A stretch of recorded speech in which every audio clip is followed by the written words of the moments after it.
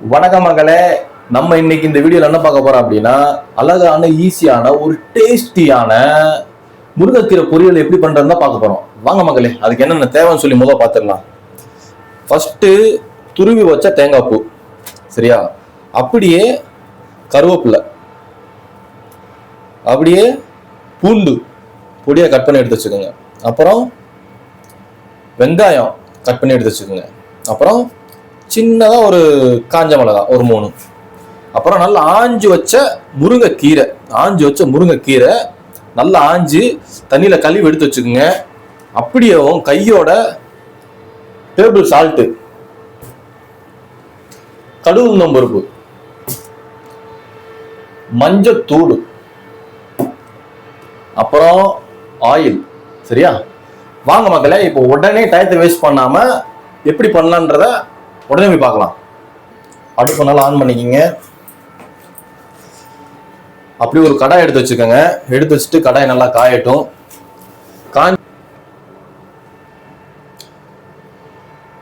இப்போ போதுமான அளவு எண்ணெய் ஊற்றிக்கலாம். கடாயில் எண்ணெய் ஊற்றி காஞ்சதுக்கு அப்புறம் கடுகு பருப்பு போட்டுக்கலாம். நல்லா காஞ்சி வரும்போது இப்போ காஞ்ச மிளகா சேர்த்துக்கலாம். இப்போ அப்படியே கருவேப்பிலையை சேர்த்துக்கோங்க. இப்போ அப்படியே பூண்டை சேர்த்துக்கலாம். 7 நிமிஷம் மூடி வச்சிருங்க. அது வந்துடும். வெந்ததுக்கு அப்புறம் தேங்காய் பூ போட்டு இறக்கிடலாம். சரியா? இப்போ இந்த வீடியோ நீங்க நினைக்கல ஏதாவது புதுசா என்ன நீ பண்ணிட்டே அப்படின்னு. கண்டிப்பா கிடையாது. குவைத்துல நாங்க இந்த இது வாங்கணும் அப்படின்னா நாங்க காசு போட்டு வாங்குறோம். ஆனா நம்ம ஊர்ல வீடுகள்ல நிறைய வீடுகள்ல சும்மா அப்படியே முளைச்சு கிடக்கும்.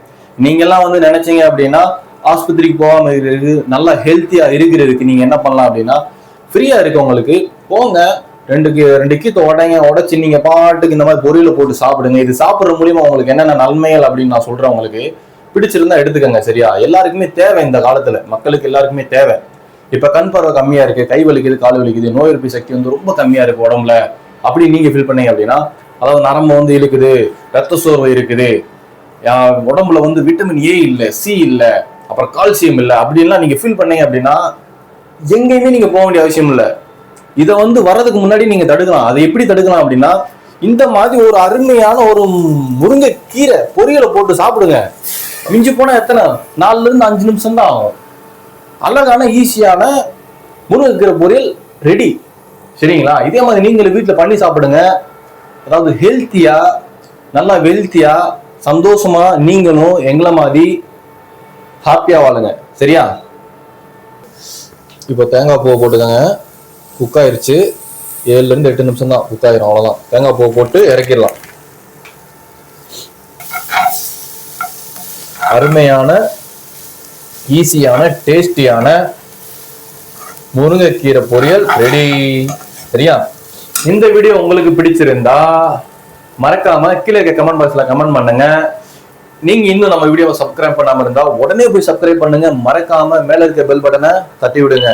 அடுத்த வீடியோல பார்க்கலாம். See you. Bye.